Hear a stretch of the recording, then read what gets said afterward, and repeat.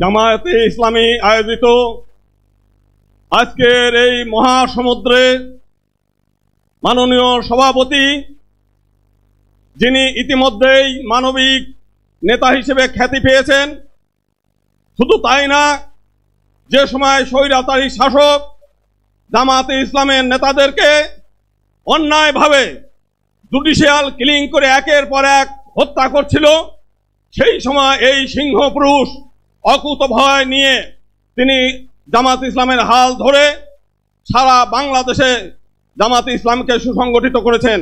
আজকে আমাদের পক্ষ থেকে তাকে আমরা শ্রদ্ধা জানাই। একই সঙ্গে আমরা সংক্ষেপে যেটা বলতে চাই যে আমরা দীর্ঘদিন যাবৎ আওয়ামী লীগের কাছে রাজনৈতিক বন্দী হিসেবে আমরা ছিলাম। 1954 সালে যেদিন আওয়ামী লীগ গঠন হয়েছে, সেই দিনই তারা হিন্দু সম্প্রদায়ের প্রতিনিধিত্ব অস্বীকার করে প্রতিনিধিত্বকে ধ্বংস করার জন্য উদ্দেশ্য নিয়েই তারা আওয়ামী লীগ গঠন হয়েছে, হিন্দু সম্প্রদায়ের কাছ থেকে প্রতারণা করেছে হিন্দু সম্প্রদায়কে। একই সঙ্গে আমরা আর একটা বৃহৎ দল দেখেছি যারা দীর্ঘদিন এই দেশে শাসন করেছে, তারা হিন্দু সম্প্রদায়কে প্রতারণা করেছে, নেগলেক্ট করেছে এবং ক্ষতিগ্রস্ত করেছে। 2001 সালে আমরা দেখেছি বিএনপি ক্ষমতায় আসার পরে ভোলার চরফ্যাশন শুধু একটা উপজেলায় 200 জন হিন্দু নারীকে ধর্ষণ করেছে, তারা সেটা বিচার করে নাই। এই 2 দিন আগেও পার্বত্য চট্টগ্রাম আমরা দেখেছি একজন আদিবাসী নারীকে, কিশোরীকে 4 জন বিএনপি কর্মী দ্বারা ধর্ষিত হয়েছে। আজকে সারা বাংলাদেশে চাঁদাবাজি, সন্ত্রাস, টেন্ডারবাজি এইগুলো একের পর এক চলছে। আজকে সমগ্র বাংলাদেশের মানুষ আপনারা এখানে এসেছেন জামায়াতে ইসলামের ডাকে। জামায়াতে ইসলাম শুধুমাত্র একটা রাজনৈতিক দল নয়, এটা একটা ইউনিভার্সাল ইউনিভার্সিটি।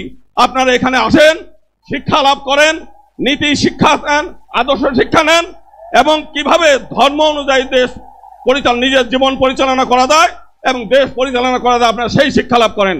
আজকে রাত ভরে এখানে জেগে আছেন, আপনাদের এই আশাটা ব্যর্থ হবে না।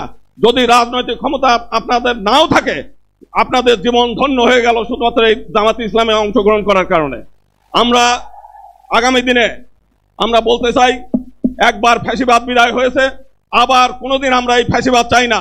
এখানে জুলাই আন্দোলনের শহীদ পরিবারের সদস্যরা আছে, যদি আবারও এই দেশে পিআর সিস্টেম ছাড়া যদি নির্বাচন হয়, আবার ফ্যাসিবাদ আসবে, আবার আপনাদেরকে এই ফ্যাসিবাদ সরানোর জন্য আবার জীবন দিতে হবে, রক্ত দিতে হবে।